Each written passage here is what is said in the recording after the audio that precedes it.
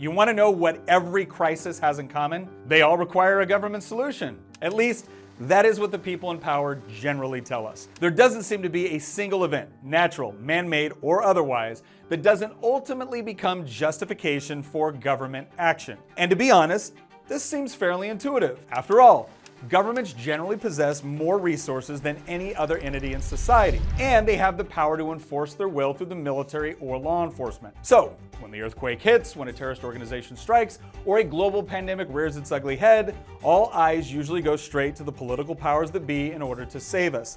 And this takes a lot of different forms. In 1918, Woodrow Wilson used the emergency from America's entry into World War I to set up laws that allowed him to arrest political dissidents and throw them in prison, all for the crime of speaking out against President Wilson's policies. In 1933, the Reichstag building caught fire. And less than a month after Adolf Hitler was appointed chancellor, the government's response to this crisis was to pass the Reichstag Fire Decree and the Enabling Act, which eliminated nearly all civil liberties for German citizens, ended the Weimar Republic, and ushered in the Third Reich. In 2001, the federal government responded to the September 11th attacks by setting up a host of new national security measures, including the Patriot Act and the Department of Homeland Security. More than 20 years later, we now know that many of these policies have been used to violate the constitutional rights of U.S. citizens. In 2008, Congress and the Federal Reserve responded to the global financial crisis by passing one of the largest taxpayer-funded bailouts in history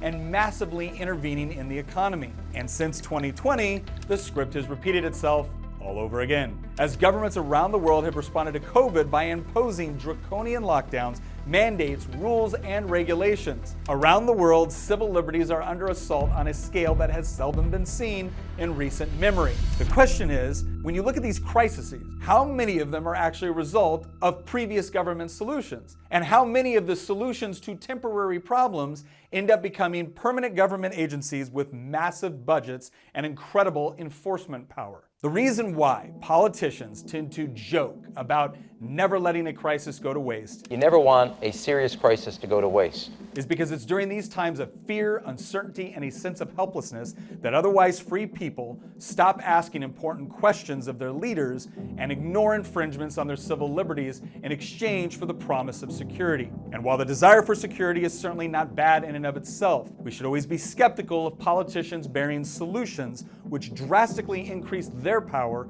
at the expense of our liberty. Because in a best case scenario, you might wind up with a bloated government agency that is obsessed with what you might be smuggling onto an airplane in a bottle of breast milk, whereas in the worst case scenario, you end up with a megalomaniacal dictator that takes over your country, plunges you into a world war, and murders millions of innocent people.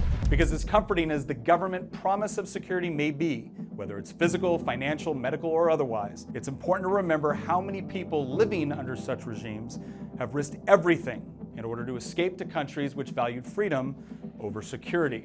And you can learn more about that by clicking right here. I'm Nick Freitas with the Y Minutes, where we challenge the popular narratives of our time. Visit our channel to subscribe and leave a comment on what topic you'd like to see us cover next.